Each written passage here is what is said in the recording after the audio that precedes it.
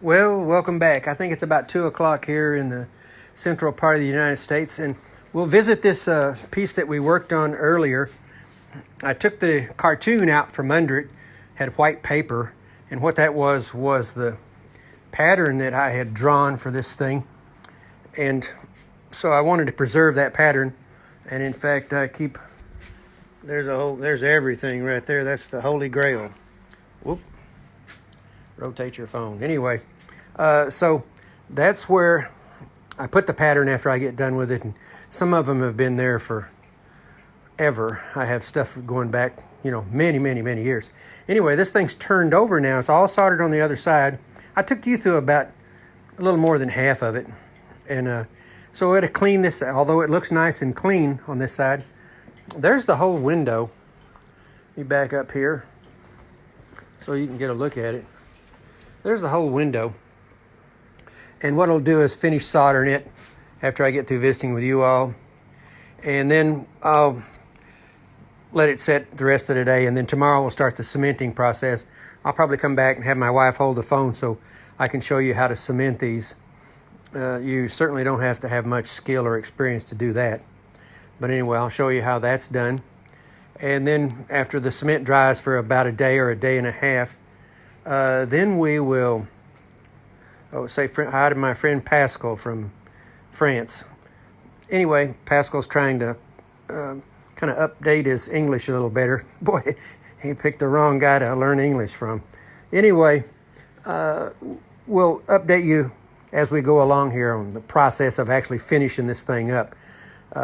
Boy, what a pretty window. And we'll get to see it in the light. I did see it when I turned it over. It's really, really pretty. But when it gets finished, and I'm going to walk right over to one that, bear in mind, this is a leaded window, and we'll explain the lead and give you a little more in-depth analysis of the lead, what it looks like, how we do it, why we call it, what we call it, and such. Right under there's where I keep all my lead. I got all kinds of lead under there. There's Buddy going by. And let's go over there right now. Okay, this is an old school leaded glass window that I finished up, I don't know, maybe about 5 or 6 weeks ago. And it's a commission piece. I keep saying Montana, but I've got a group of 3 different families or 3 different clients there that kind of got into my work over the years, and things have progressed to a point where they like what I'm doing and continue to keep me busy. So this is a hardcore, old school, let me back up here just a little bit, arts and crafts window. Obviously, we're not getting a real good look at it here because I don't have it set up where this is not QVC and I'm not trying to sell anything. This is just a working studio. Generally, I'm kind of open to the public, but I'm in an obscure place behind my house. And I want to say right off the bat that I'm not trying to sell anything. I don't need to sell anything. I'm way busy for one old man. Anyway, let me go down here and show you this emerald green glass. Isn't that pretty? Well, the picture of this outside and in the sunlight is on my Facebook page. I don't know, somewhere in all those pictures and stuff. And I did a lot of cool things to this window. The lady that commissioned this is a really highly skilled quilter. And knowing that there's so much handwork involved, and I apologize for all this junk in the background, but, we're not in some TV studio here. So anyway, she is a highly skilled quilter, and what I wanted to do was, put as much skill in this as she puts into her stuff. I've still got a little cleaning to do here and there. I see some smudges here and there. No big deal. They probably won't pick this stuff up till spring or summer or whenever all this health crisis stuff is over with. So anyway, this thing had some neat things in it. This glass right here is what we call glue chip. And I don't know, mid to later 1800s, they take a plate glass and they put animal hide. Well, they sandblast the glass to make it matte or to make it have enough tooth texture to hold this glue. They put glue on it, and then they set it out in the sun I would imagine that if it's mass-produced, they're putting it in an oven.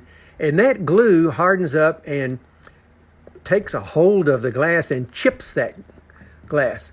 And there's different textures of this, or different amounts of flake you can get in this. Some of them have larger, and I'll show you on this next piece over here where the flaking, let's get in close here. Oh, you can get a real good picture here. Where this flaking here is much more pronounced on another piece. And I'll show you that here in just a minute. And then this glass that has all these wavy lines in it is called Baroque. And I hope you can pick this up, but what we're doing here, this is some extra work, which I don't mind. I don't care how long it takes to do something. Makes no difference to me. Just got to have it right.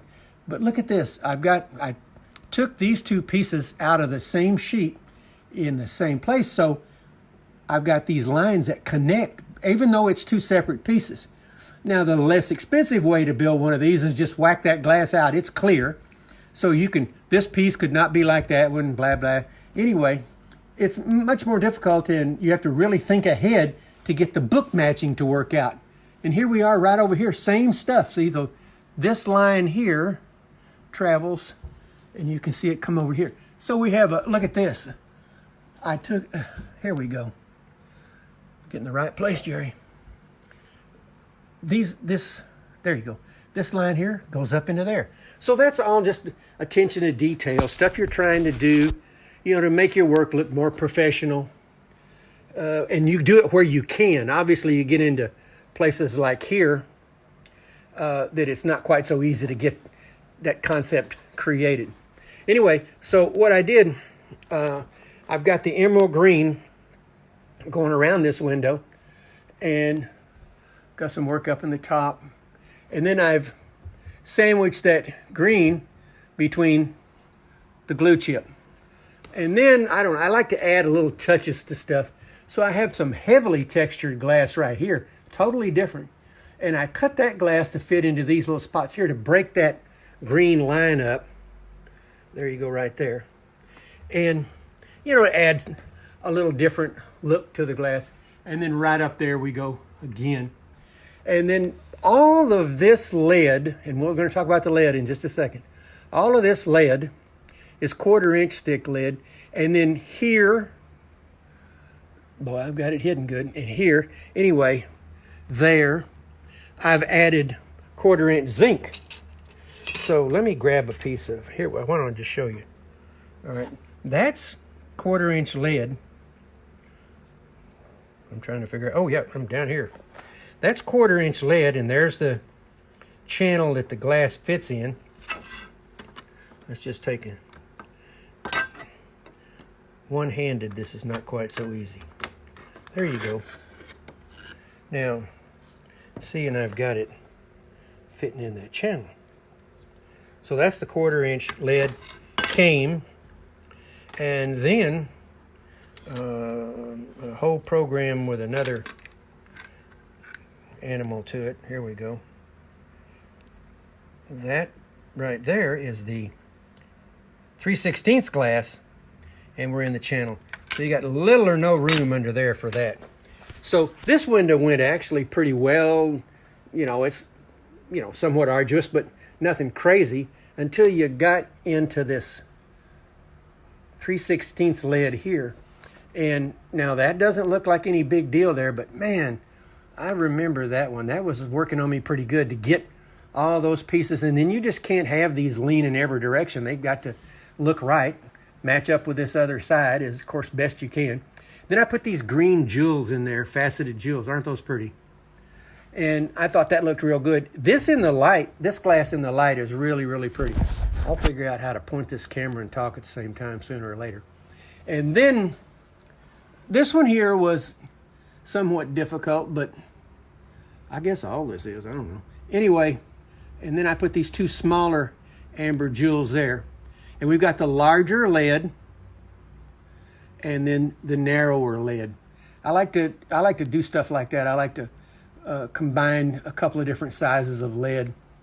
So, oh, and I don't think you can see that tomorrow when we cement the other window, but that cement is, there you go. That cement is pushed under all this came, so it goes under the cane back to the lid, and you do that on both sides, so you don't get any rattling, see? That glass is solid in that lid, and this window could be subjected to the outside atmosphere, rain, snow, this, that, and other. I don't know, I'm thinking probably 90, 100 years. I won't have a warranty call on it back. But anyway, they'll hold up real good outside. I've got some windows on the front of my house, great big leaded windows that have been there for, I guess, near 30 years, and they look like they were put in yesterday. So that's, I call it old school lead. Oh, and I should show you something else. Here you go. This outside perimeter border is some pretty strong stuff here. Let me put that, whoa, there it is. Let me put that in the camera there. So 1/2 inch face. So see, we have the 1/2 inch face. Everything's dark because it's been patinaed or acid treated to turn it dark. Okay, and then you can see there's the channel that I'm working in. See, so that goes up right there. And when we start building one of these windows, we of course build from the corner, one corner. You start out on a corner.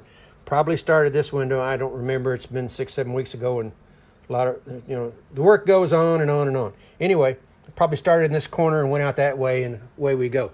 These are built on top of what we call a cartoon, what you would call a drawing. And I do things a little different. Most people cut all these pieces first and then assemble the window. And I'm always working so hard. Look at these straight lines.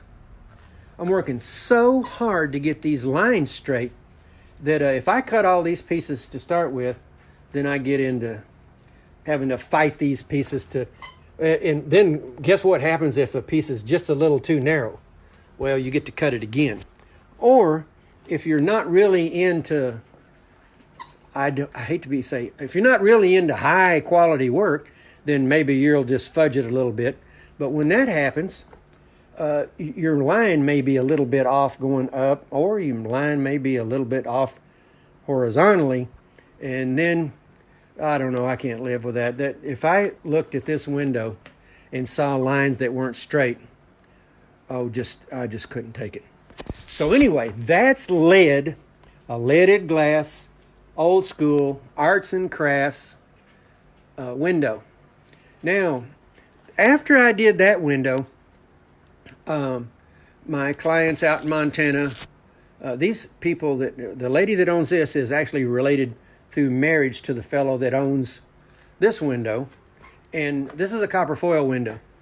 And I would say that even though this window has straight lines in it, which makes it difficult, this window's considerably difficult because of all the cuts and all the stuff going on there. There's no lead in this window. There's right here, to give me some strength in this window, is zinc. And we'll go put that zinc. Oh, did I put that up earlier? No, I probably didn't. Okay, here we go. That's 1/4 inch zinc.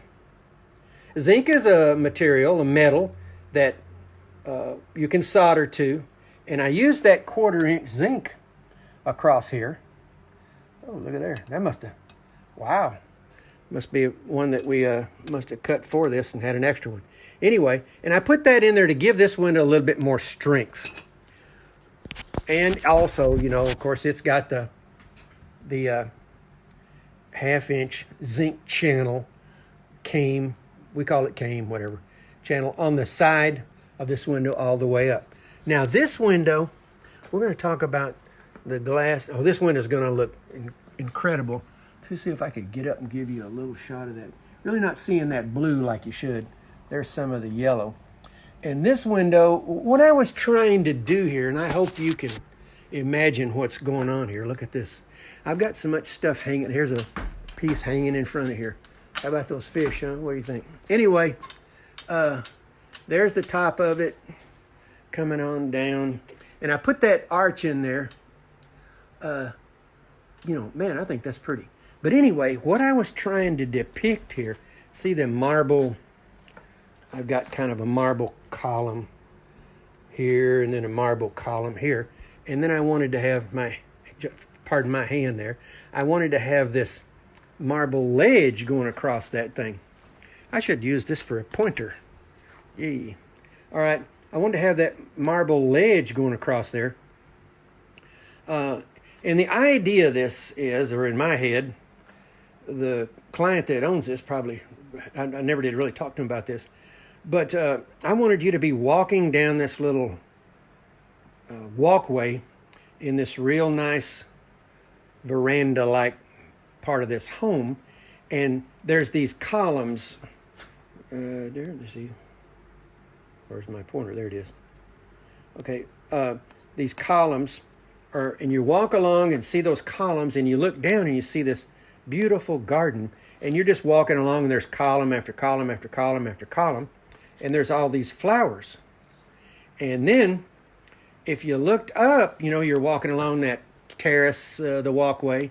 If you looked up, back out of there, you could see that dove flying in that arch above that marble ledge.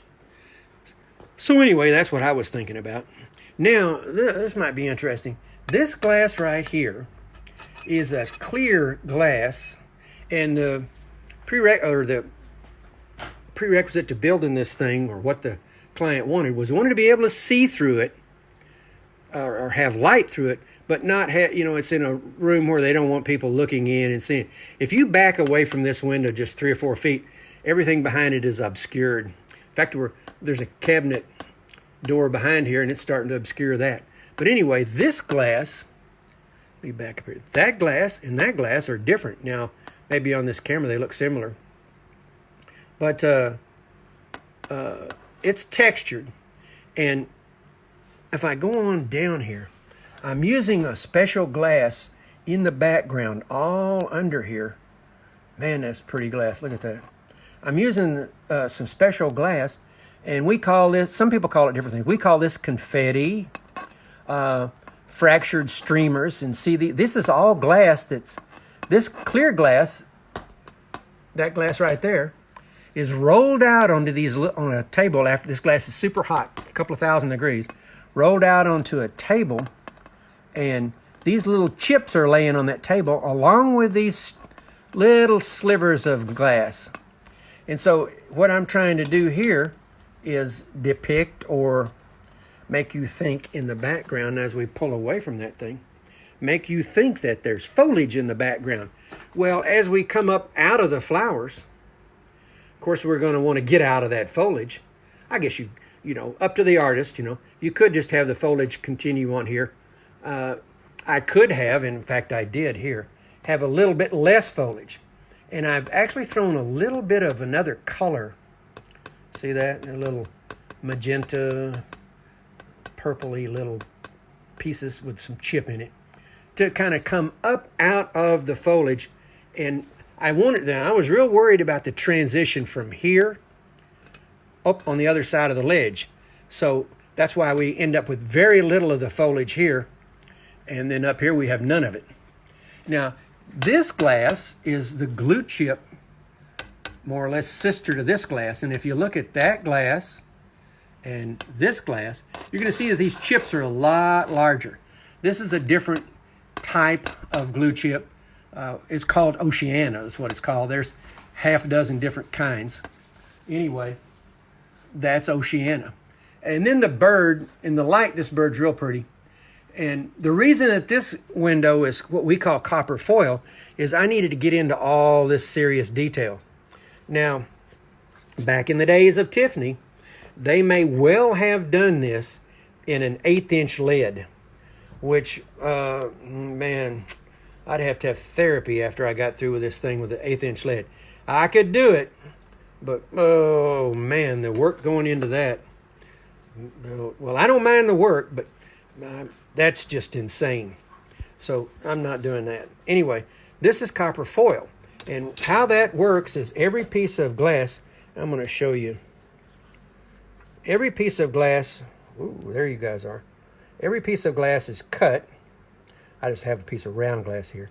And then I've got it where it's not wrapped there, but it's wrapped with a thin, I'm hoping that's focusing in, wrapped in a thin strip of copper.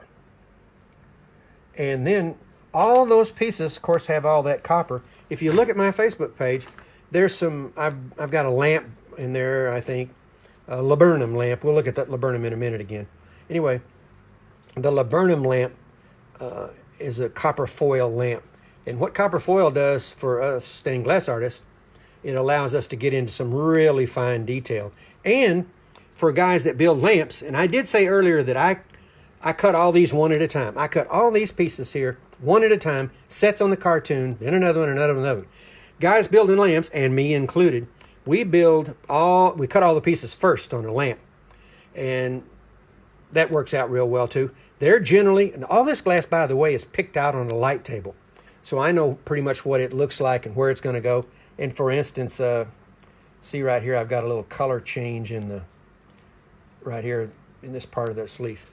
Anyway, this blue here's, all of this glass, the colored glass here, is all handmade. Oh, and look at my vine, see?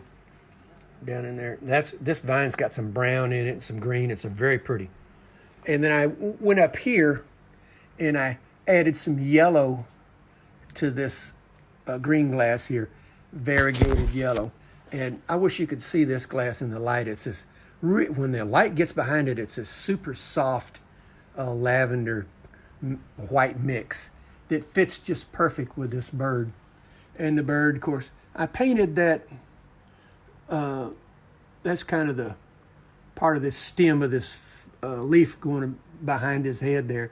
And that's been fired. So, man, I better put the camera on this. This has been painted and fired, so it will be there forever, permanently. And then we go up the top. And I put that up in the corners there, I've got this same lavender. This gray is machine-made glass. I seldom use this machine-made glass because I just prefer to use the handmade glass. However, look at the marble color of that. And that was such a good pick for that. I just stayed with that. So I talked to you, let's go back down here. I talked to you about, oh, isn't this cool? This glass. And I have this glass. I want you to see that, feel that, or hear that texture of this stuff. That, in the right place, that is some really good glass. Really pretty. And I tried to, look, I've got a little bit of it here coming up, and then I'm breaking it up, this jewel breaks that up, and then we come all the way up, and I kind of wanted that to look like kind of a candle, if you would, and then up out of the top. This stuff, oh, this glass is so pretty in the light, just excellent. And then I was talking about this textured glass here. I've got it up right there too. Just details. Okay, let's talk about the foil again. Now I had that, whoop, there we go. I had this piece foiled here for you. Now here's the foil. And it's got an adhesive back on it. I want to show you something in just a minute. And this is the widest foil I use, and this is 1/4 inch. Right there. There. Get this camera in the right place. That's 1/4 inch. And then here's 7/32. So that means that this foil is 1/32 of an inch narrower than that foil. And then this is the really small stuff. That's 3/16. And that is, of course, a 32nd less than the 7/32. And this entire window, I think there may be only one exception, but this entire window was all done in 7/32 foil, which, oh, and I should mention the difference between a good high quality window and one that's not. If my cutter, if I'm cutting this glass real well and I know what I'm doing, then these lines remain relatively uniform.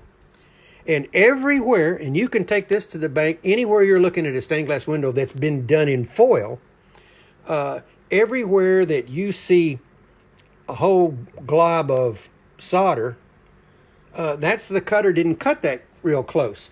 And so if the pieces aren't fitting nice and close together, then that void has to be filled with solder. No disrespect to windows coming from someplace less expensive, but man, you can, not a window, I'm talking about lamp. You can take a lamp, look at a lamp across a room, and if there's, like, let's just take this spot right there.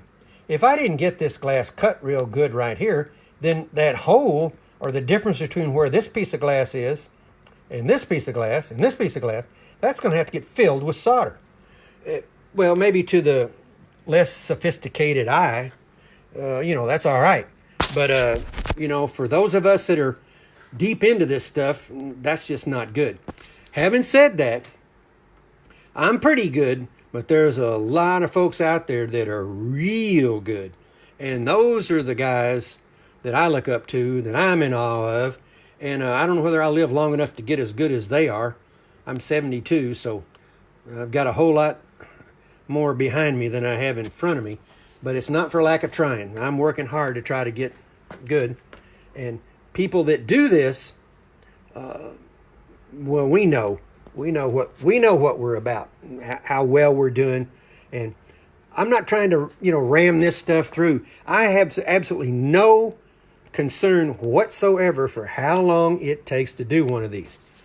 I bid one of these jobs. We get the job, sign this little piece of paper. They generally put some sort of a deposit on it, and then I go to work. And I don't care if it, for instance, if we get, say, there we go.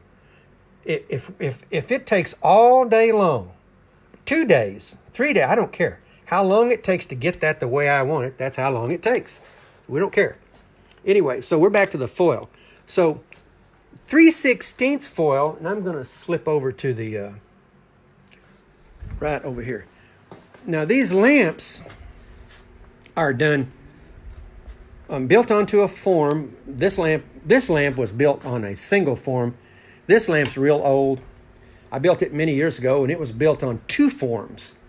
And this is here's something I want to show you. This book is out of print, been out of print a long time. And I've had this book for maybe 37, 38, 40 years. And so what happens is a client, customer, or whatever, they come in here. I'll just show you. Okay.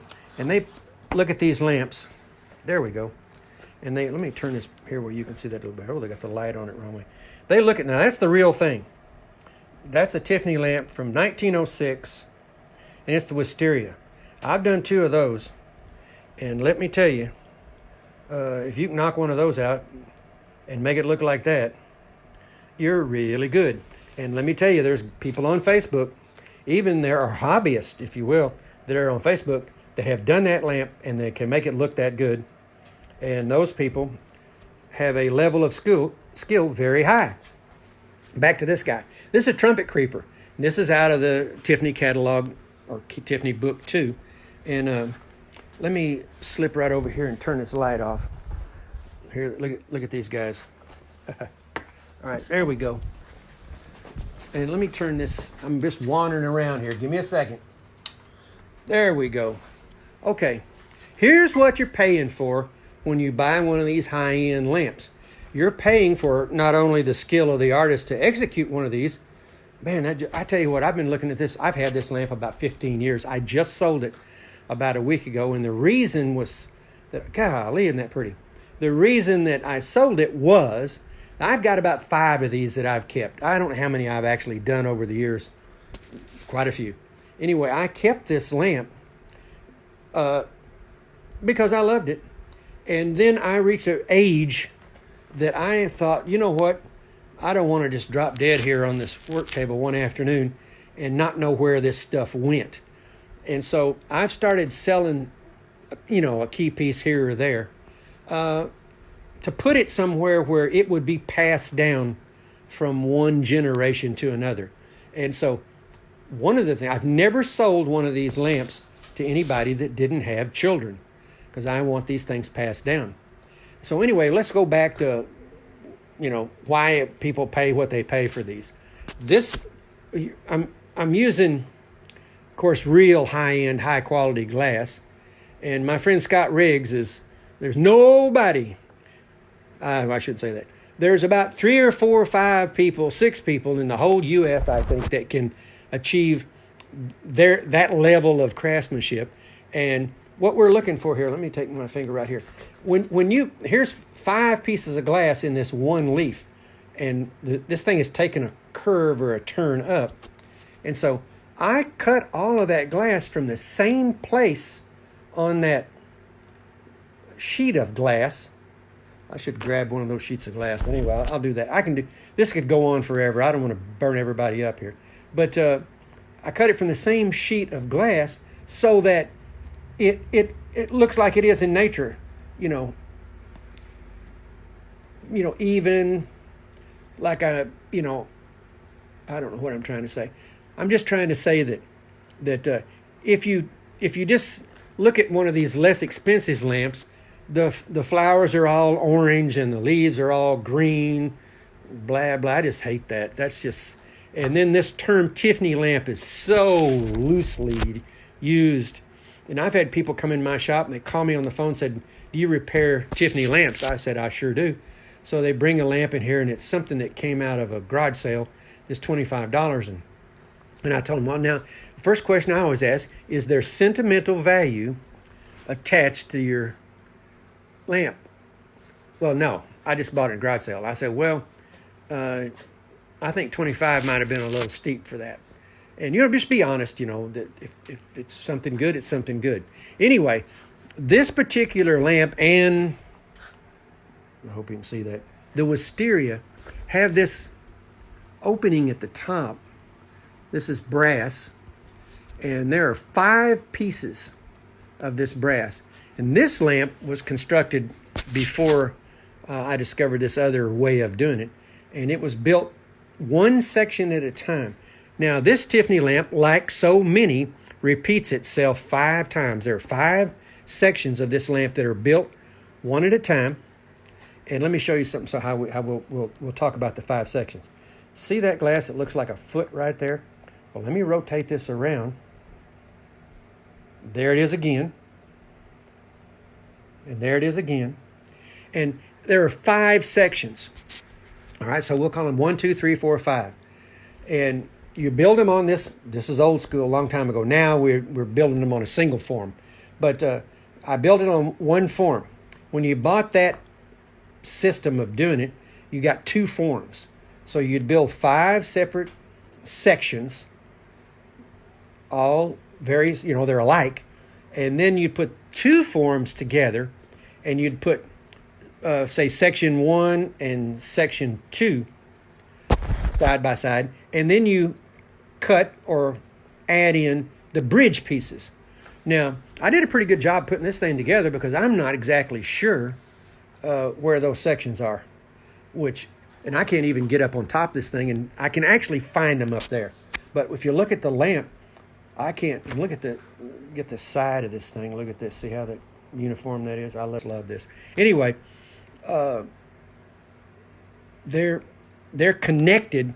So if you got section 1 and section 2 put together, you take them off the form. Then you put section 3 and 4 together, take them off the form.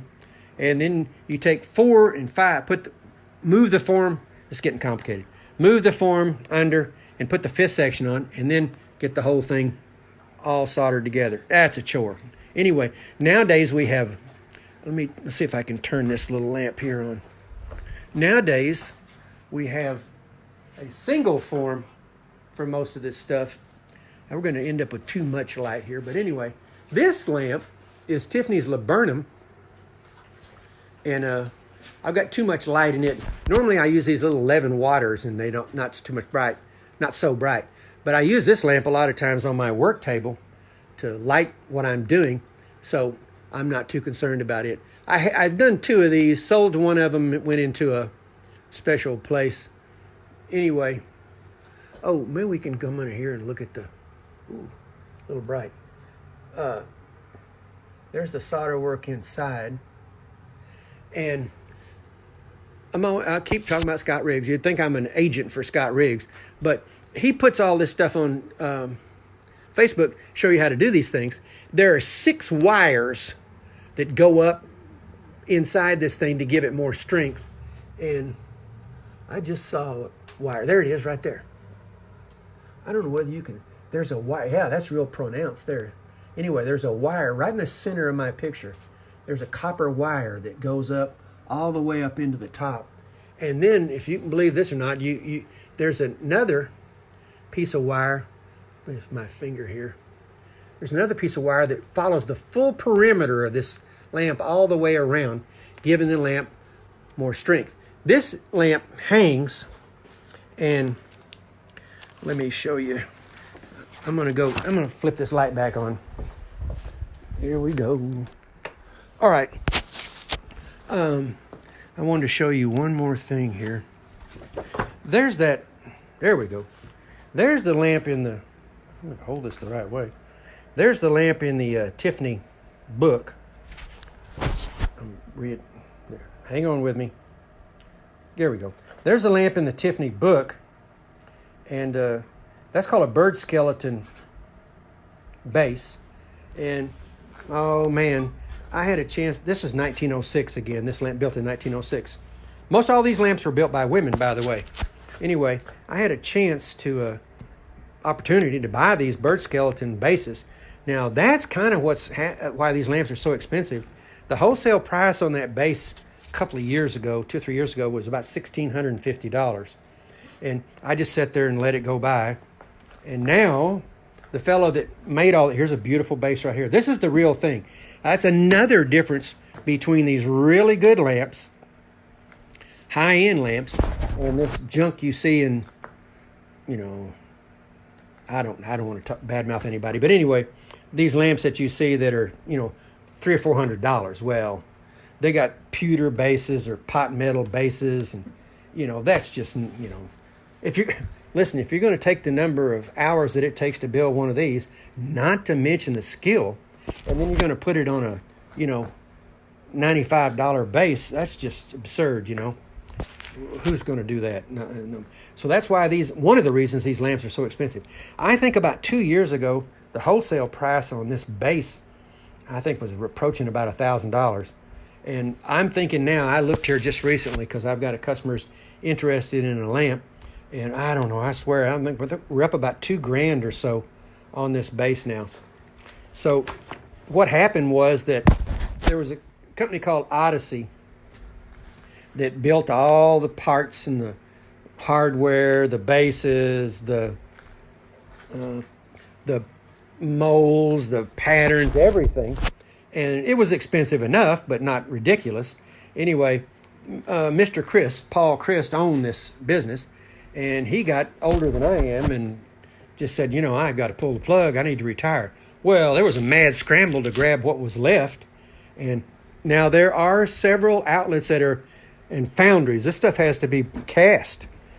And there are several foundries that have gone into business to try to reproduce this stuff. But I'm telling you now, the price of the replacement stuff to replicate what Paul Crisp was doing, double, triple, quadruple, big money. So it's cool with us that build these things, but all it's done is make the price of these, jump by thousands of dollars. Having said that, there are those individuals in this country that can build this lamp as good as, if not, I hate to say better, but because people that have $400,000 or $500,000, $150,000, $1 million to buy an original, they're not interested in a reproduction, I guess. But these reproductions are very fine pieces of work. And fortunately, I'm in an area not too far away as a studio over in St. Paul called Century Studios. And there's a couple of more guys that are just, oh man, they build some incredible lamps. I'm so in awe of what they can do. And anyway, they're in the business I would say there's several people in the business that do real well. Okay, where are we at? Let's go back over here. So I had some questions. Here's some narrow lead. This is 3/16 lead. This is one of my little pieces I call vignettes. not trying to sell this. It's already sold. I'm not trying to sell anything.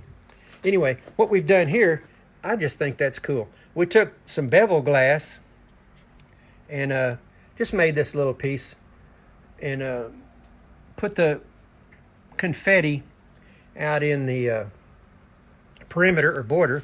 And then I hope you can see this. This is 2 different colors of magenta. And I like that. And then, what are we going to do? We're going to back over here. Tomorrow, I may be about done here for today, but tomorrow we're going to, I don't know if I have time, we're going to talk about, or in a day or two, I don't know, whatever. I got to get this other window started. We're going to talk about hot glass. And there's a lot of people that are into hot glass or kiln formed glass or fused glass. And I think that the learning curve for fused glass is not nearly as steep as the learning curve on this. And you can get to be a pretty good fused glass artist, without, spending a lifetime to do it. I actually started fusing glass, 1982.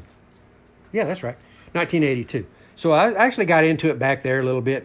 I actually used to bevel glass. I had my own beveling equipment. Now that's another whole animal that I'll talk about maybe some other time. Wow.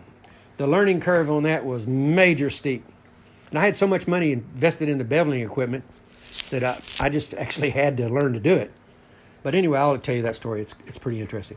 But anyway, this hot glass or fused glass, this is actually 2 pieces of glass that are fused together at 1500 something degrees. And I've painted this pentagram. You can see that. I painted the pentagram on the clear piece and then fused it to a black piece and then put it in a kiln and slumped it into a mold. We'll talk about that another time. This is an experiment right here. I was trying to see about when you start heating glass up to 1500, 14, 13, 1200 degrees, strange things can happen. And so I was experimenting here with less expensive glass, just 2 clear pieces, and I painted this deer. Hope you can see that. I painted that deer, and up until that, I've had mixed results. But I would paint the deer. Let me get it in there. I'd paint the deer, and then I'd have to heat the glass up too high to fuse the glass, and the deer would just kind of wash out or blur out. And man, that's a heartbreaker after you've spent all the time it takes to paint that thing, and then the piece go to the devil, in the kiln. So anyway, this is one of the few pieces I've got that really came out just right, and I figured out how to do that with temperature. Now, there are some glass folks watching that say, well, dummy, you should have done this or you should have done that.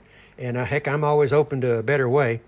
But anyway, I figured this out, and now I know how to paint about anything and get it to come out where I can ultimately get this shape out of it. And then I had this thing on Facebook here the other day, and I thought this was just a little old something I knocked out. Wasn't any big deal. I've sold a few of these. There we go. My hand got in the way again. I've sold a few of these, and I was just a little leaf, and I would put all these little colors in there and paint all that stuff in there. And I didn't think it was any big deal. I was just having fun.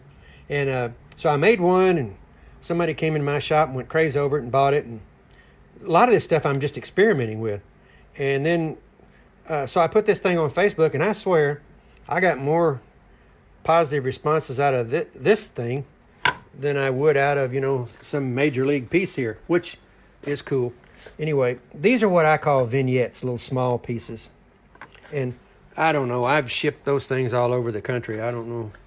I don't even know how many or how many I've done, or they're all, you do one, and they're different, Anyway, what else should I talk about? I think that might be about it. I can go on forever about this stuff, but we don't want to overload you or bore you too much. So why don't I go back to work and do some more soldering? And oh, yeah, I know what we'll do. Tomorrow, we're going to be cementing.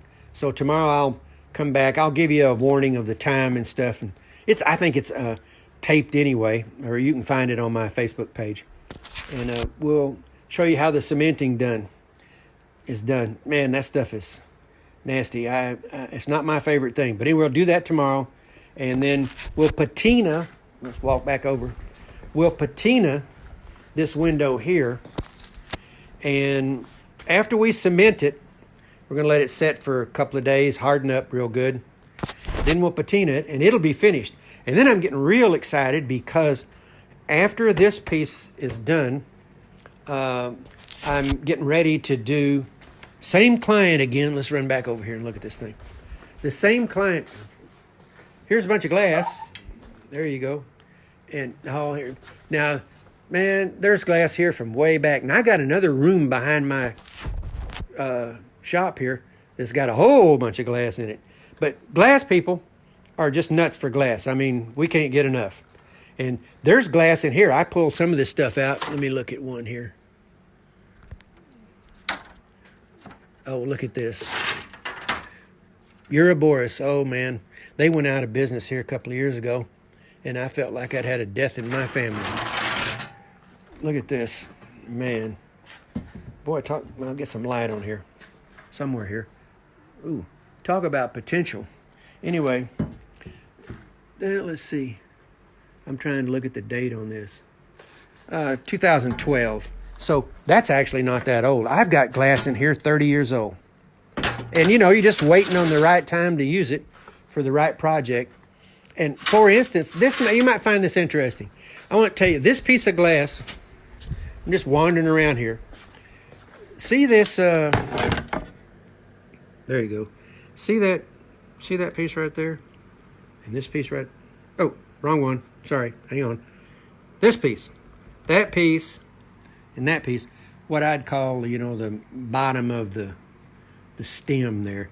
Anyway, all of that, all 7 of those, is that glass right there. Man. And I found this over there. I don't even know. I think this might be, well, that edge. Where'd we go?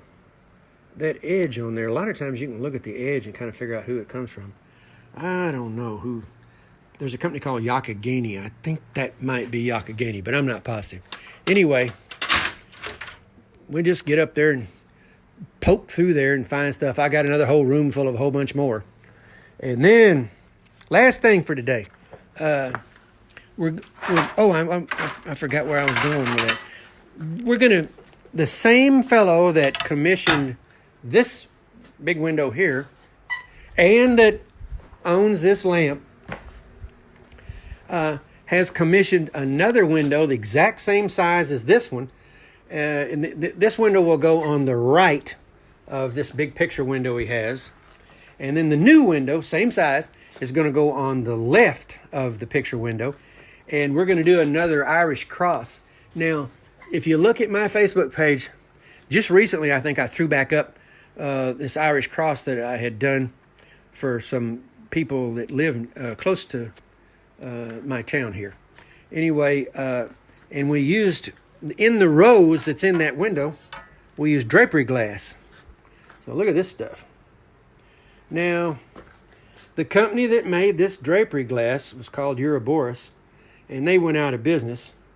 And I'm sure hoping somebody makes that. If somebody knows about some drapery, look out. If somebody knows about some drapery glass somewhere, I'd be willing to. Of course, me and everybody else want some. Here's some right here. Look at that. Man.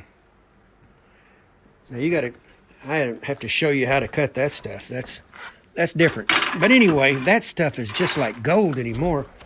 But anyway, let me get back to where we're at here. So as soon as I'm kind of motivated to get done with this piece because my client wants me to, the same guy I'm telling you, that bought the lamp and bought the dove window, he wants an Irish cross. Well, man, I love to do those Irish crosses because you get to work with that Celtic swirls and borders, and that stuff is so fun. So I'm looking forward to that. And that's actually been floating. I'll speak about this for just a second.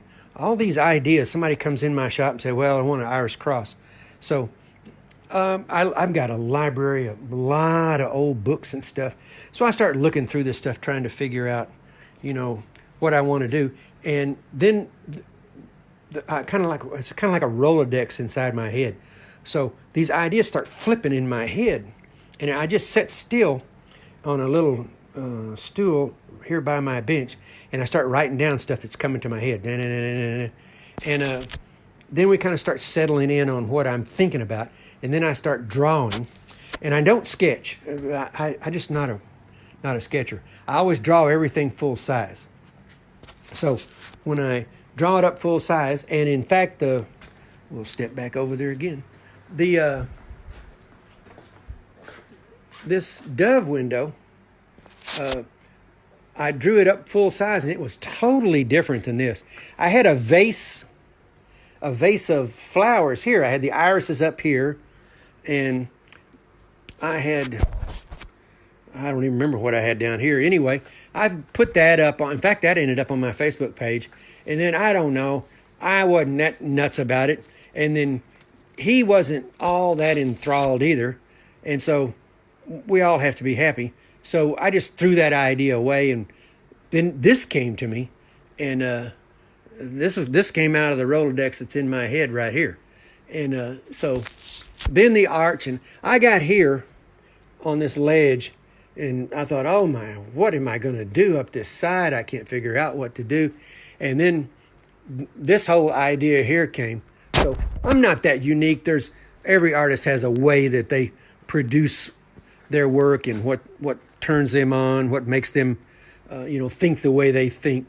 And, none of us are right. None of us are wrong. This is just our deal. And let me say this about people that are into art, like art, maybe want to get into it or fooling around with it. You really, if you're doing these one-of-a-kind pieces, you only have to please the client, or obviously yourself.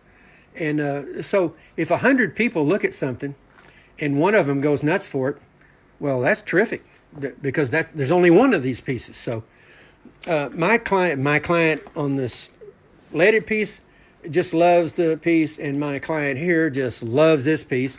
And when they're happy, oh, let me tell you, I'm happy. And usually, if I'm happy, everybody's happy. Hey, I want to show you something. I've had this on my Facebook page. Oh, look at that. Now, talk about a job. I love to do those things. That's those birds that have been on my Facebook page. And that frame there just whooped me good, because I wanted to inlay that bird into that back piece of wood. Well, I thought, whoa, I'll just get a router. Yeah, well, I've done a lot of woodwork, and you're not going to router very easy. Man, look at that. That's all single. That's all cut in there. So I had to do all that by hand. And look at those little wood inserts under the wings there. That's a cool piece. So anyway, I got it up there. And then, after I got the whole thing built, about a year later, that crack, the back wood crack back there. And so I take that whole thing apart and fix that. And those inlays are made out of ebony. And you can't really see it real well, but this mosaic back here is my first mosaic I ever did. I don't even know the year on that. A long time. Anyway, I'm rambling on. People probably thinking, shut up. So I'm going to bail out here, and tomorrow we'll come back probably with some cementing. I do appreciate everybody interest in my work, and I hope you picked up a little knowledge. That's what this is all about. I'm trying to demystify. Here we go back to this stuff. I'm trying to demystify this stuff. Nobody, I shouldn't say nobody.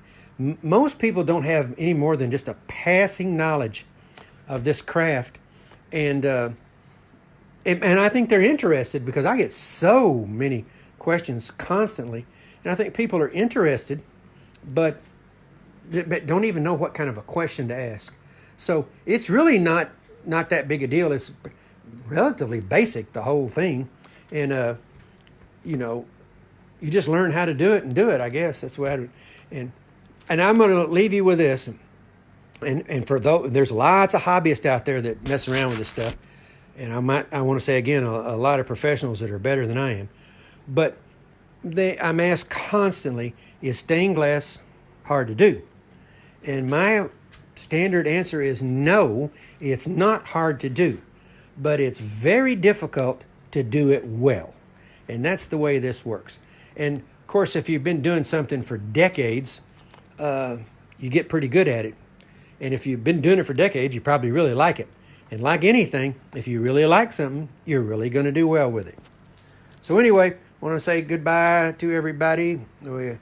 Stay safe. Stay away from other people. And social distancing.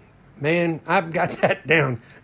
I've got that down to a science. Because I just sat in here weeks, months on end, and I hate to go anywhere. If I had somebody that would just go get the stuff for me and I never had to leave here, I would just stand right here until I passed away.